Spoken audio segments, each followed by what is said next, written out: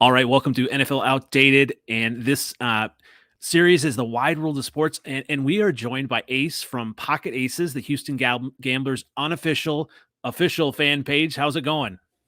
I'm good. How are you?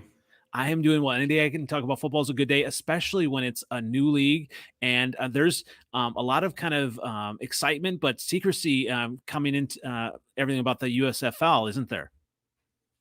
Yeah, no, they've kept everything super close to the vest. So far, because they are moving at such a rapid pace and they really didn't, map everything out. They're kind of revealing it as it goes because in that way they're keeping the hype for the league going as they get closer without, they're like, okay, this is going to happen on this date. And then you wait a month and then they're like, hey, it's happening. You don't know that it's going to happen. And then suddenly it happens the next day or the day of. And so it's really helping them keep the ball rolling and keep people interested. Yeah, and speaking of that, so let's kind of go into that. I mean, tell me a little bit what you know about the schedule and in some of the different teams. Obviously, you're a Houston Gamblers fan, Mhm. and what do you know so far about like the schedule and some of the teams? Yeah, no, I actually posted today about the preseason schedule.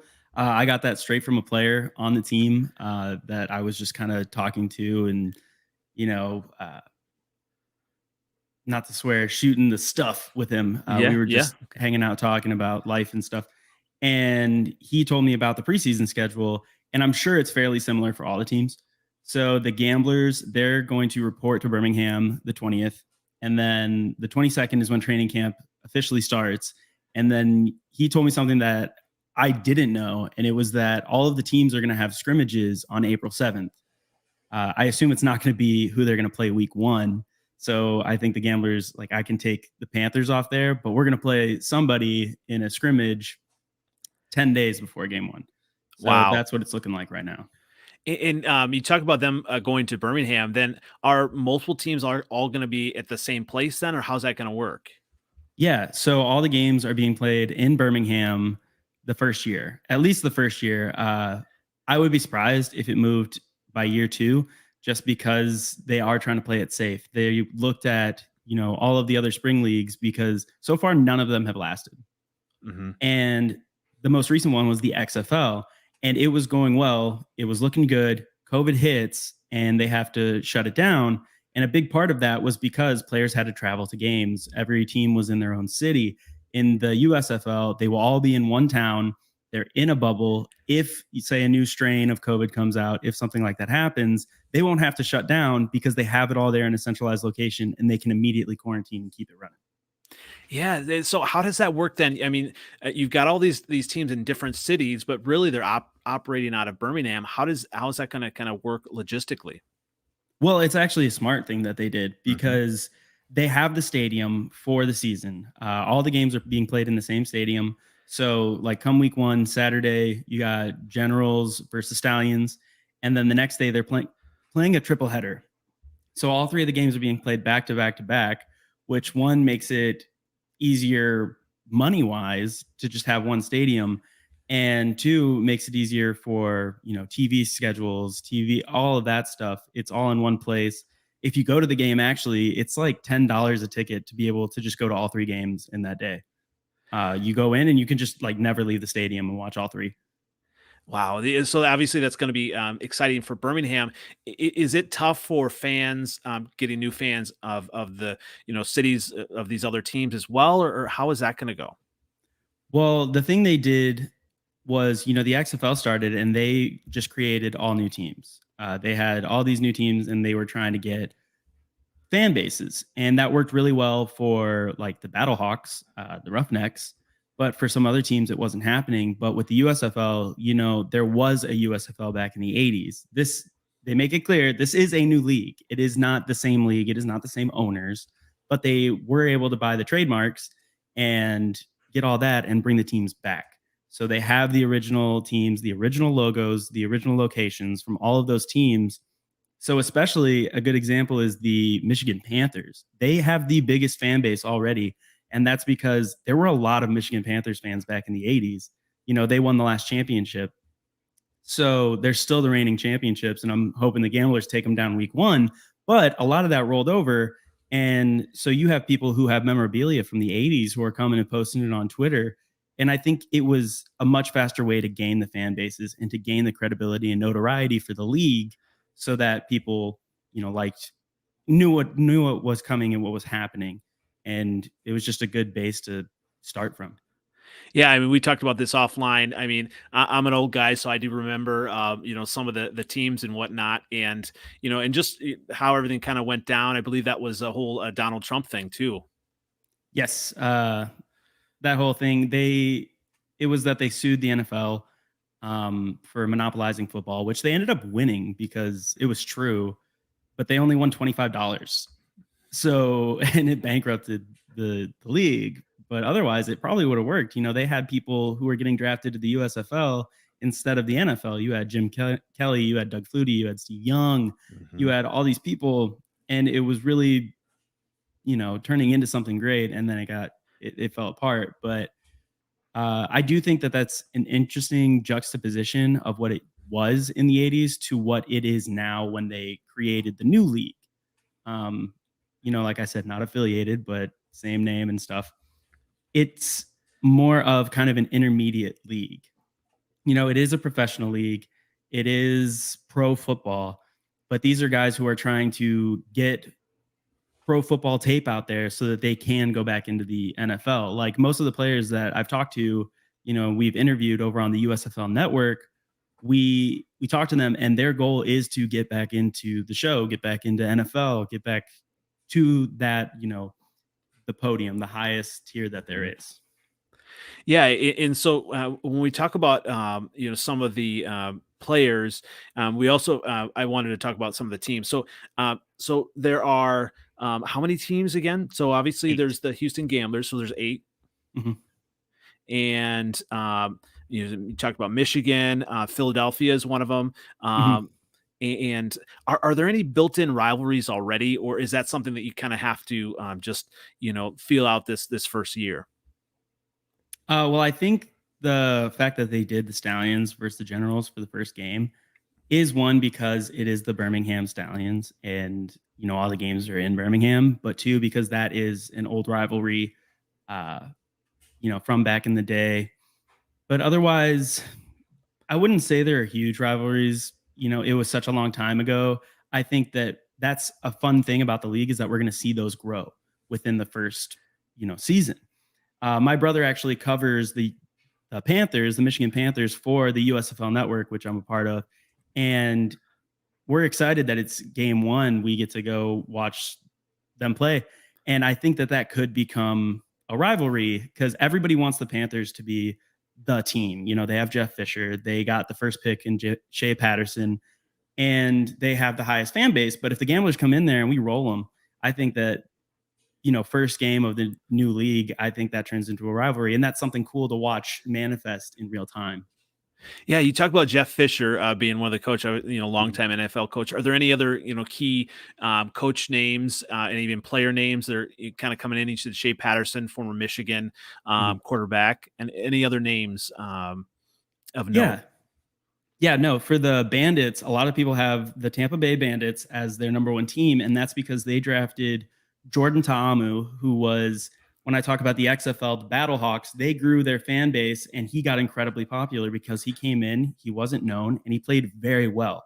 And his name showed up late in the draft pool for the USFL, and it created a tremendous amount of roar for it.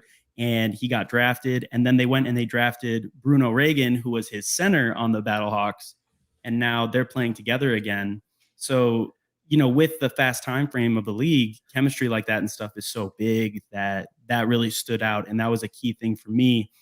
Otherwise, Brian Scott of the Stars, Philadelphia, he comes in from the TSL, which is the Spring League, which was another Fox little mini project, which I think was them kind of testing it out, testing the waters to see how much money they could lose if Hmm. they went full board with the USFL. Hmm. And he is the reigning champion and MVP of that league. He went third overall in the USFL draft. I think he's first. I think he is the best. He's playing with Bart Andrus, the head coach at the Stars, who he has played for before. I mean, literally after he got drafted, he was in the war room the whole time drafting with him. I thought that was super cool. So those are some big names. Uh, and then, I mean, other names, there are things that are coming out that are stringing people together, like the fact that I actually released yesterday. It was no one knew, and I let it out that Tim Lewis is the defensive coordinator of the Houston Gamblers. He's the former head coach of the Birmingham Iron in the AAF, which was a spring league that fell apart terribly. And he came in and he's putting in his defense. And what's his name? Beniquez Brown. I probably butchered that so hard. But he is the middle linebacker that the Gamblers drafted. Let me pull that up just to make sure I got his name right, because I'm covering the team. Yeah, you want to make sure. Yeah, Beniquez Brown. He was the inside linebacker, middle linebacker for Tim Lewis on the Birmingham Iron. So for him to come in and immediately be the middle linebacker for the team and know that defense already is such a good foundation for the defense to build on, because the middle linebacker is the guy who's calling the plays. The middle linebacker is the guy who's making sure everybody's set. And if he has already been running this defense for a year, he's going to know it better than the other people who, I don't care how fast you learn, they're going to be doing it for a month before they play. So that's huge for me. And just a lot of little things like that throughout the league that you see. Coaches were drafting players that they had coached before, like Skip Holtz. I think half of his roster has played for him in college for the Stallions. So just cool things like that. It shows that chemistry really was a driving factor in the drafting process. Yeah, Skip Holtz, that's another big name there as well. And when you talk about, some of the on-field things, are there any key differences with the USFL from the NFL, or is it, pretty similar game? Right. So, we talked about how the USFL is being secretive. This is probably the biggest secret, because when I was talking to a player on the Gamblers, I made sure I asked, I said, hey, am I allowed to drop the Tim Lewis news? Because people don't know that. Yeah. And he's like, yeah. He's like, you can tell people that. He goes, we've specifically been told what we can't tell people. And I was like, oh, like what? And he goes, there's 3 rule changes in this league compared to the NFL. And he was like, and that is as much as I can tell you. Wow. I was like, really? And he said, yeah, and it's not what everybody thinks. So what I can say is I don't believe it's the overtime rule. I don't think they're changing that. But he said that they were going to change a rule and then add on to it, and that he thought it was really cool. So it's going to be interesting. I think they're doing something that, 1, it's kind of to test out a new rule, see if it works, and 2, it's going to be fun to watch, and people are going to watch just to see rule changes like that, So 2 driving factors. Absolutely. And you talked about, playoff overtime rules and different things like that. And do you know what the playoffs are going to be like, what that format's going to be like, and how far that's going to stretch out into the year? Yeah. So it's a 10-game season. And then I believe it's just the top 2 teams from the North play each other, and the top 2 teams from the South play each other. And then the winners of those games are in the championship. So it's just 3 games for playoffs and championship. And they're in Canton, Ohio, actually, in the, Hall of Fame Stadium, where they play the Hall of Fame game in the NFL, first preseason game every year. So that's super cool that they got that venue. And yeah, it's, just the top 2 teams from each division make the playoffs, and then it goes. So yeah, kind of, thinking about that going out through April. So when will those Canton games be then? Oh man, I totally should know those dates. I don't remember the dates off the top of my head. I think I totally do. It's, I want to say it's 4th of July weekend.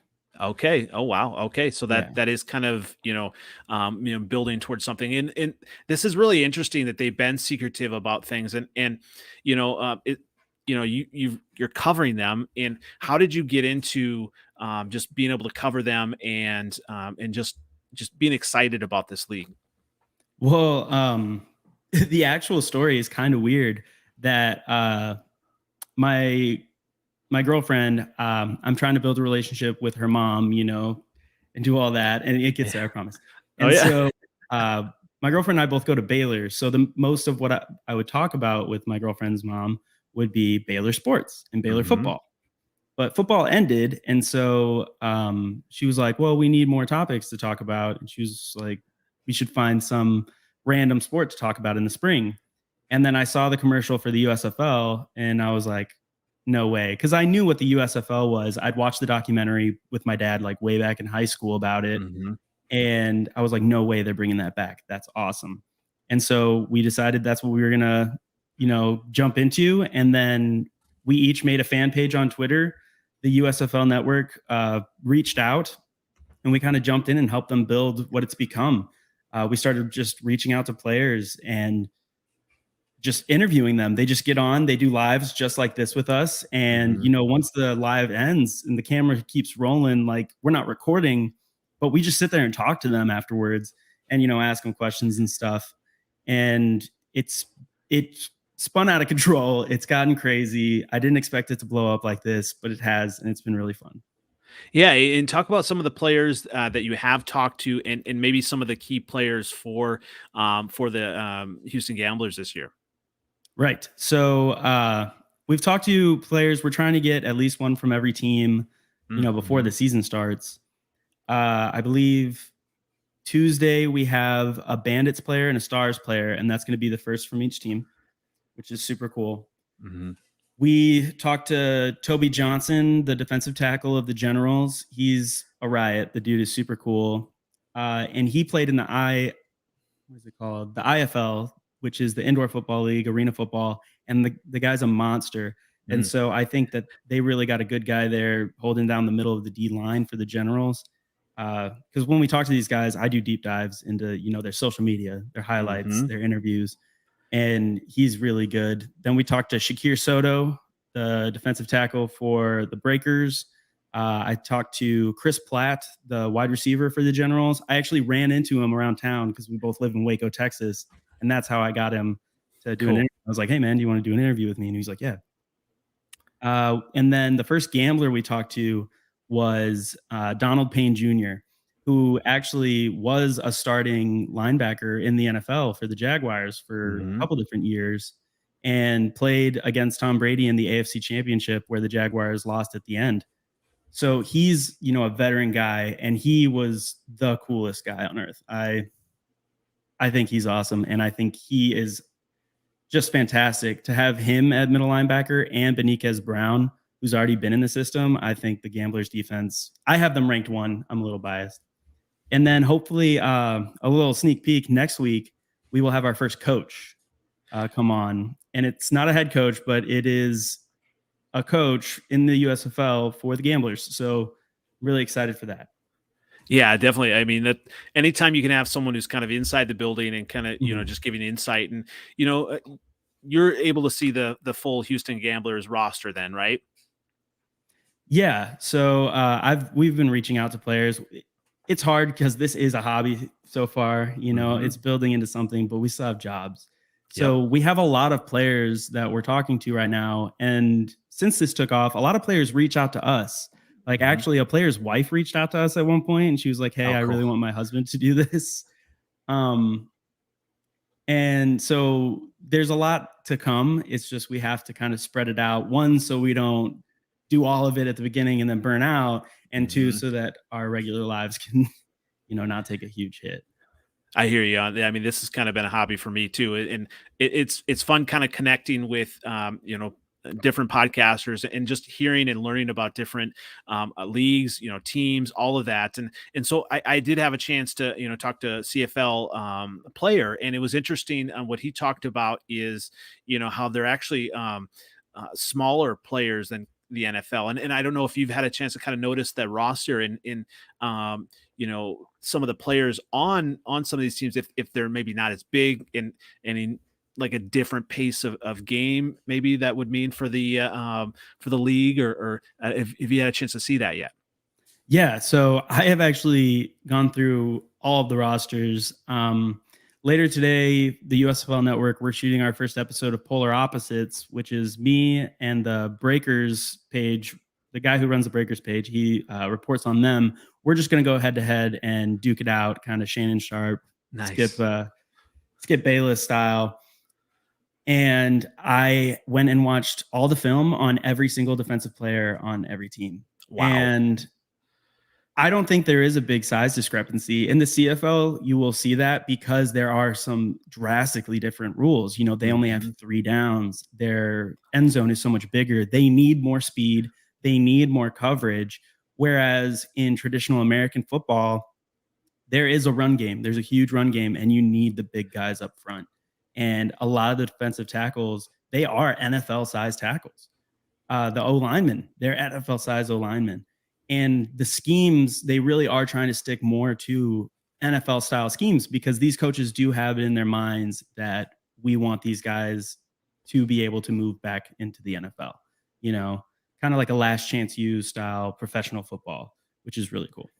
Is there a worry then, obviously the XFL now not starting until 2023, I believe, but they have more of a partnership, specific one with the NFL in some of the rule changes and things like that. Is there some worry kind of within the USFL, players or even, coaches that, that might supplant them, or is there going to be a rivalry between leagues, or what are you hearing? I don't necessarily think so. One is the difference in player pools that were drafted in the two leagues. Everybody expected the USFL to be drafted the way that the XFL was, Mm, and it wasn't. It was a lot of NFL practice squad guys. It was a lot of more veteran guys than we thought we would see. Whereas the XFL was much younger guys, guys who didn't get a shot to be on a NFL practice squad team, and we didn't see as many of them get drafted in the USFL as we thought. Even the guys who were from the XFL, you would look at a lot of the guys in the draft pool that we knew about, and they had XFL talent. And you're like, that guy's getting drafted, and he wasn't. And so it was different. So I think that there is still, and another thing is the USFL network. We did hashtag Operation USFL Hunger, where we mm, had some of the biggest names in the draft pool that we knew of. We would interview them and help them get their name out there, show their mhm. stuff, get their highlight videos out there. And none of them were drafted. These are some talented guys. Like we interviewed Yeah. Cecil Cherry, who is an absolute monster. He played in the FCF. He's Ray Lewis's godson, actually. And he didn't get drafted. And so there's so much talent on the board that I think that there is enough for two leagues to have competitive pro style football. And with the NFL XFL partnership, I don't see it as that much of advantage other than it will help more mainstream football viewers get into alternate football because the NFL will then be, promoting it. And once you get into the XFL, it's a slippery slope. You're right into the USFL. I got into it and now I'm watching clips on fan controlled football, IFL, CFL, USFL, XFL. It's a slippery slope. You just kind of fall down. So I think it'll help all the leagues actually. Yeah, and you talked about the draft and the players. Do you know anything about the like the contract situation, with some of these players and all that? I mean, I'm guessing there may be 1 year deals, or do you know much about that? Or So it is a 1 year deal, I believe, and but there is a non compete clause within it. mm, So if you were in the draft pool, if you kept your contract and held out for the supplemental draft, you couldn't go be on a CFL team. You couldn't go try and get in early on the XFL contracts. You were just kind of sitting in place. But I think the USFL made a good made it a decent way. Whereas if you weren't drafted in the supplemental draft, you could terminate your contract and go play somewhere else. Because as soon as the supplemental draft was over, I mean, we had Zimbalist Williams on our podcast multiple times. mhm. He signed the very next day with the West Texas Warbirds in the ICF. So, they weren't going to hold people back. And when you talk to these players, I mean, what are their kind of maybe excitements about the season, and maybe even worries about the season? What are you kind of hearing from the players, their perspective going into the season?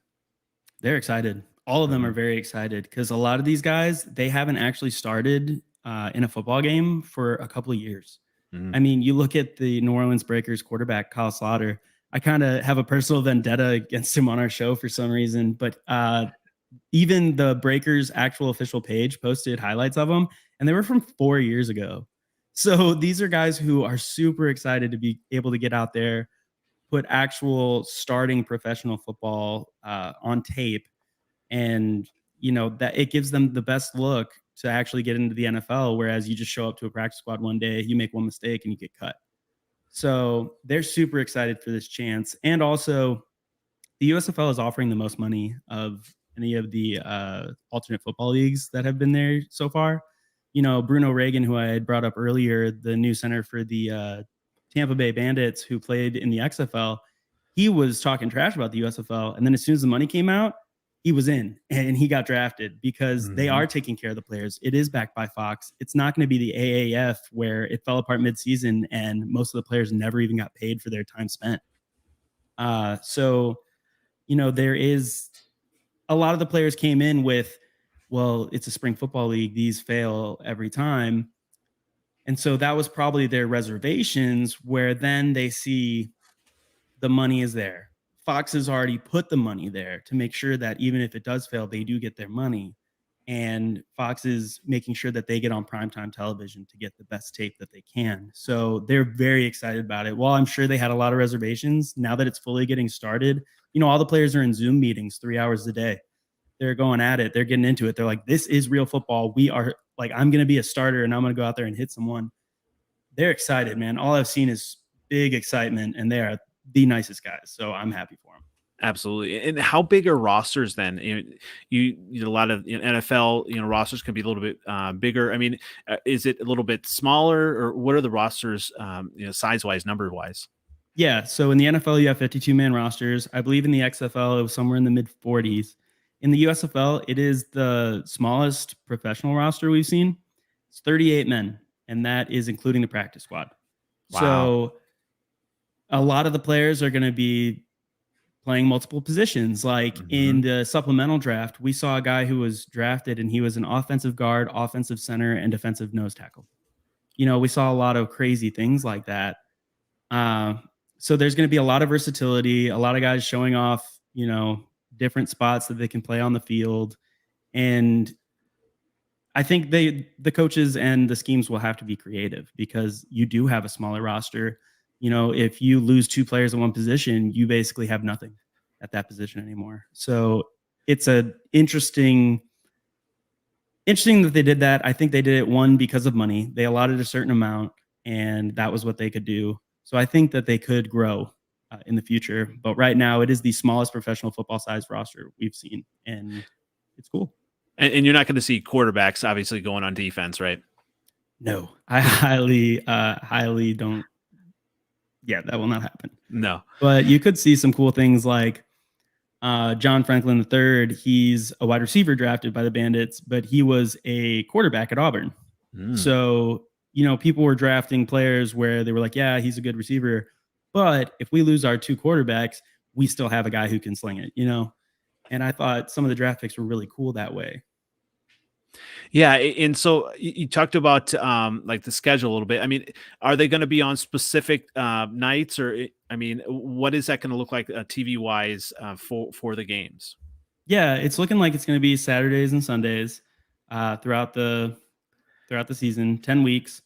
And all of the games and what channels they will be on are already out there. You can find them. I don't know all of them off the top of my head, but all of it is going to be on Fox, NBC, streamed on the Paramount Network, or on USA. So those are the 4 places that you will be able to find them. So, the 3 games that are played on a Sunday, the first one might be on Fox, the second one might be on USA, and then the third one is on NBC. So it's going to be a main channel that everybody who has basic cable will have. What would you say to someone who might be hesitant to get into watching the league? I mean, what would you say to them about kind of being excited about that and just changing their perceptions maybe? Yeah, the perception of spring football is not great. And I think that Fox backing this, putting the money into it and that stuff, it is changing people's minds. Because a lot of it is it looks haphazard. It's the uniforms are kind of crappy, things like that. And then the USFL came out and they were like, no, this is a professional football league. They will look professional. They will have good uniforms. We're making $1 million commercials for it. So I think if you're into football, you might as well try it. It's going to be fun. It's going to be cool. And I mean, you're going to see some good football. You're going to see people playing as hard as they do in college, trying to earn something while also playing at a professional level, which I think is crazy. Yeah, I mean, it's so interesting the difference, even in like basketball, college to pro ball. It makes a difference when they have something to fight for, especially if it's only a 1 year contract. Now, like if a player gets hurt, I mean, is there obviously something against that might help them that way or I'm not totally sure. They have not leaked that at all, what it's going to look like. I'm sure if you have multiple player injuries that you can, since it is a small roster, that you can go back to the draft pool and see who still has a contract and who's waiting and just call them up and say, hey, can you come down here? Because the XFL did that. And so I don't see why the USFL wouldn't do that.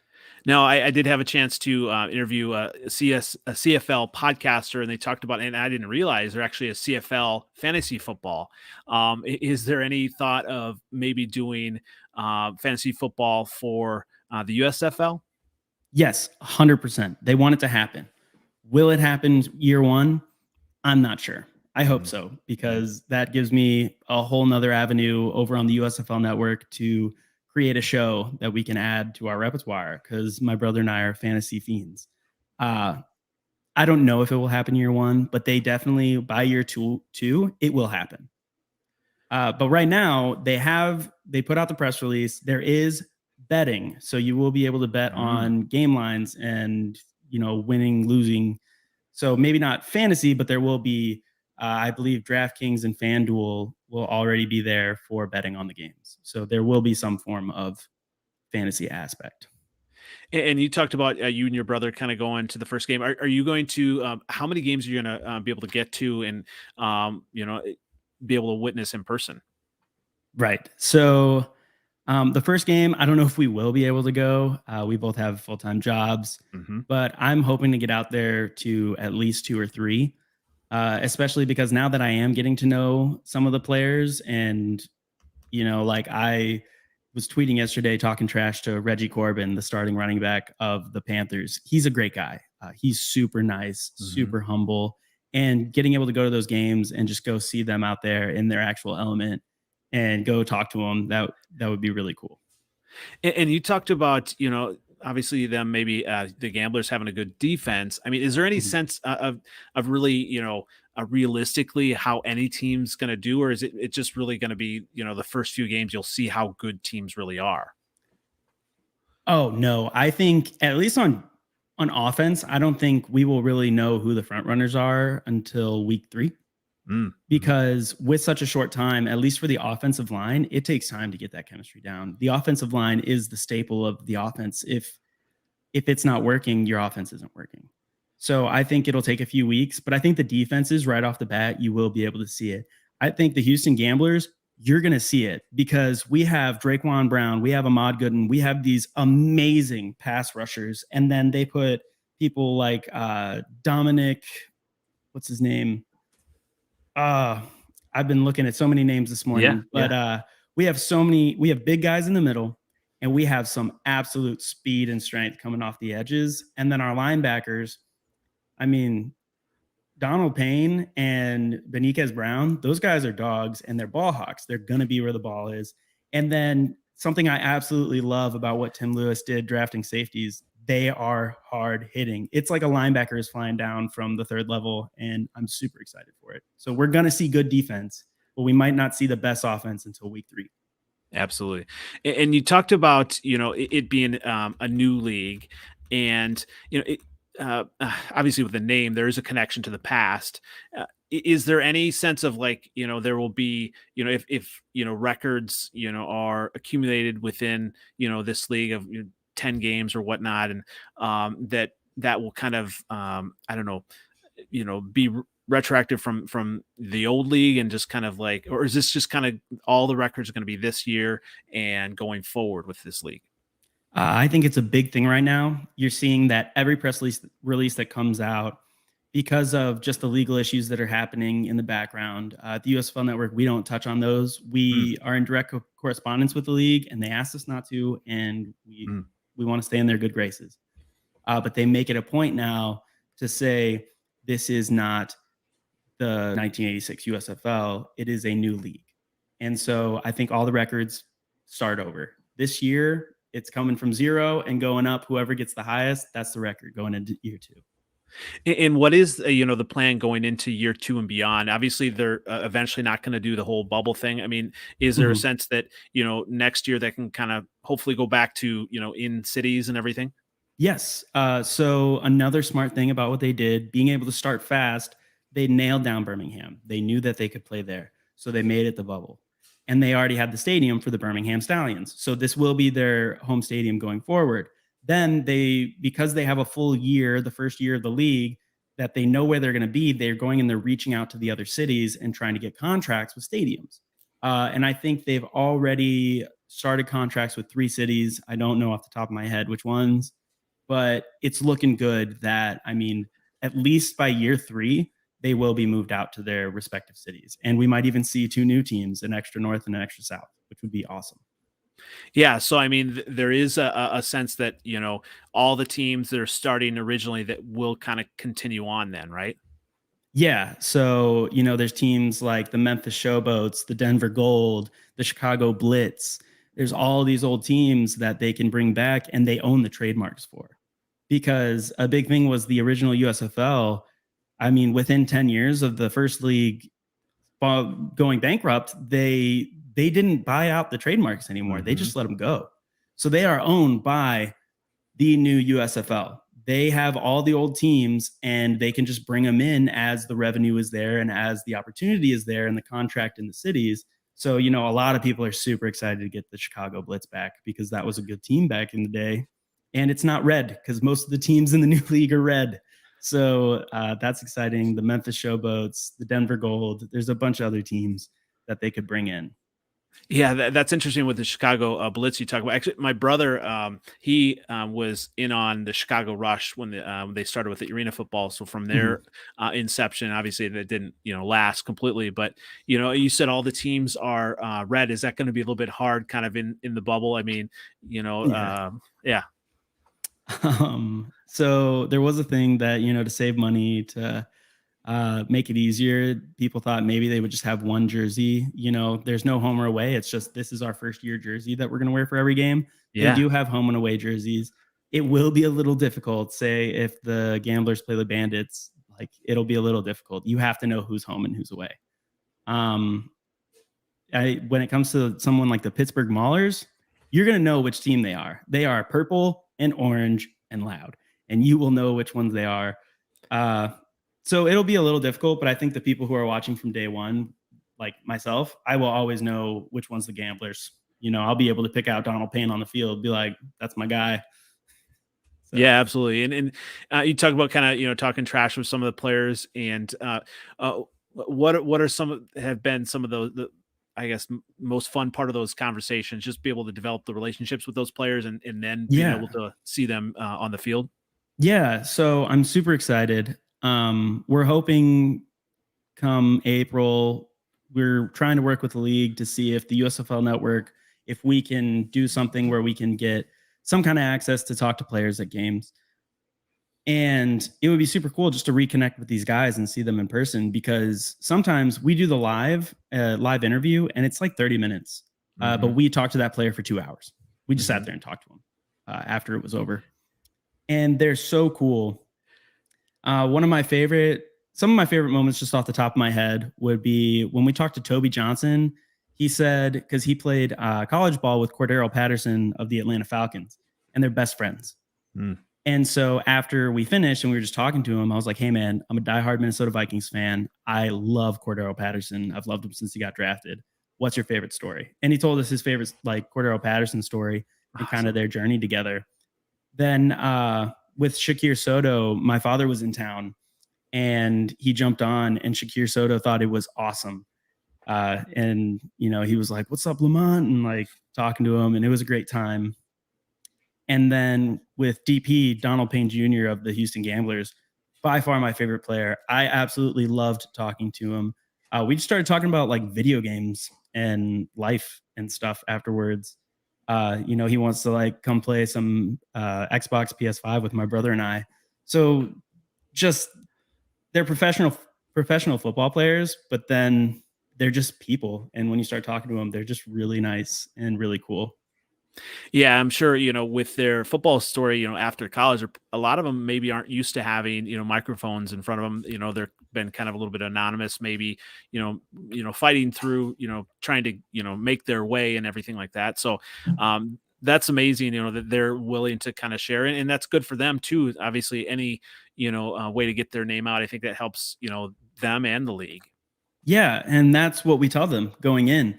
A lot of people say they like our interviews because we're raw, we're real, we're just Mhm. us, and we're just having a conversation with them. We're not just going to talk football. We're going to ask them fun questions and cool stuff, and we're trying to get people to like them and know them as people. So when the league comes, they're like, "Oh my gosh, that guy! He said he only washes his apples if he buys them from Walmart." Just weird things that are funny. And we tell them we're trying to grow the league, we're trying to grow ourselves, we're trying to grow you, all the followings. And they're super into it. And like tonight, later on tonight, we're actually interviewing live Jalen Allen, the guard for the New Orleans Breakers. Mhm. He was super excited because he was like, dude, no one ever wants to interview offensive linemen. And we Mhm. were like, we do. Come on. So, some of these players, they never got the shot to, feel it, like they were pro athletes and get interviewed. And we're happy to give them that chance. And especially linemen, they have the most Yeah. interesting, perspective on the game that I mean, you could find as far as like offensive and what it takes, just to do the position and be on the offense. Oh, 100%. I think the absolute most overlooked part of football, like position in football, is the offensive line. It's hard, it's brutal, and the only time anybody notices you is when you're doing bad, and that's Hmm. ridiculous.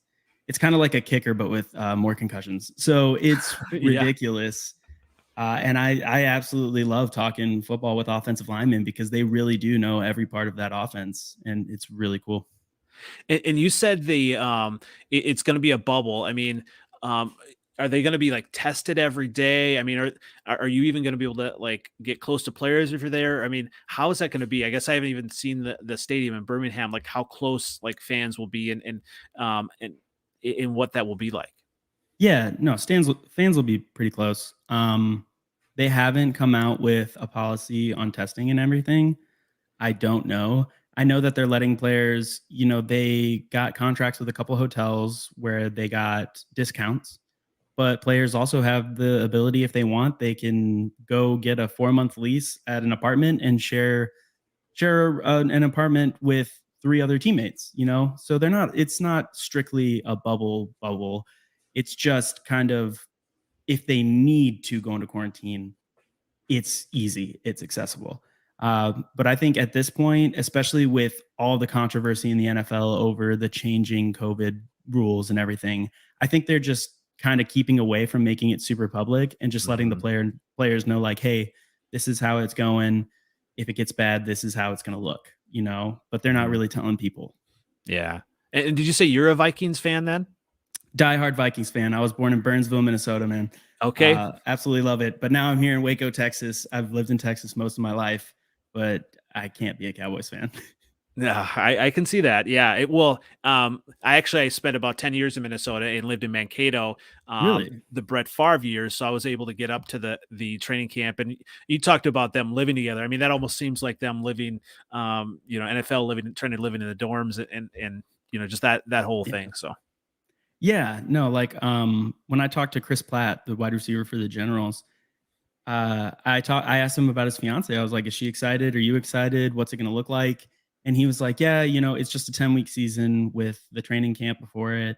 And he was like, "So we're just going to do long distance. I'm gonna go out there. I'm gonna live out there, and then come back." And I was like, "That makes sense. It's not that long of a season. I don't see a huge need to pick up and move. I mean, Jeff Fisher is literally, he's like, yeah, no, I'm just going to find a place to live during the season." So until the teams actually spread out and move and the league gains more traction, I don't see people doing it more than just like, I'm going to go out to Birmingham for 3 months and then come back. yeah, I mean, you want to obviously, make sure it works, and especially with the maybe 1 year contracts. I mean, it's definitely something that you can't plan for the future until you kind of know how it goes. Yeah.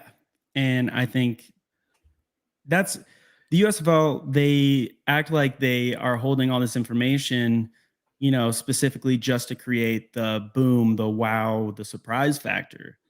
That is part of it. But another part of it is that they're kind of, it almost feels like they're making it up as they go a little bit, and just they don't want to promise before they know they can do it. And I think that's smart. I think it keeps people loyal. It keeps people believing in the league, because if you set out a schedule and then you can't keep to it even a little bit, the Mhm. fans will notice and the fans will get rowdy. And I think they're mitigating that, and it's smart, and it keeps me hopeful for the league. Well, this has been fun. I'm definitely hopeful. I love football. I love talking about football, and I'm definitely going to check it out. And I I haven't really kind of gotten into CFLs as much, but I'm thinking about that. But as far as when you go like the spring football, and you think of some of these cities and some of the players that you hoped are going to be in the NFL, it is kind of cool to kind of look toward, and I'm excited to just see where it goes. Oh, same. And you said you're thinking about it. I don't know if you decided which team you're going to root for, but the Gamblers. Well, I'm I thinking think about it's going to that. be big. But on Twitter, the Birmingham Stallions, they were, saying they were excited too. So it was them, or yeah. So definitely have to get some, Twitter trash talk, and you know, Houston. There is a lot of news in Houston, so to speak, about other stuff. Certain Deshaun Watson person, Yeah. but when you think of gamblers, I might have to put my money on that team.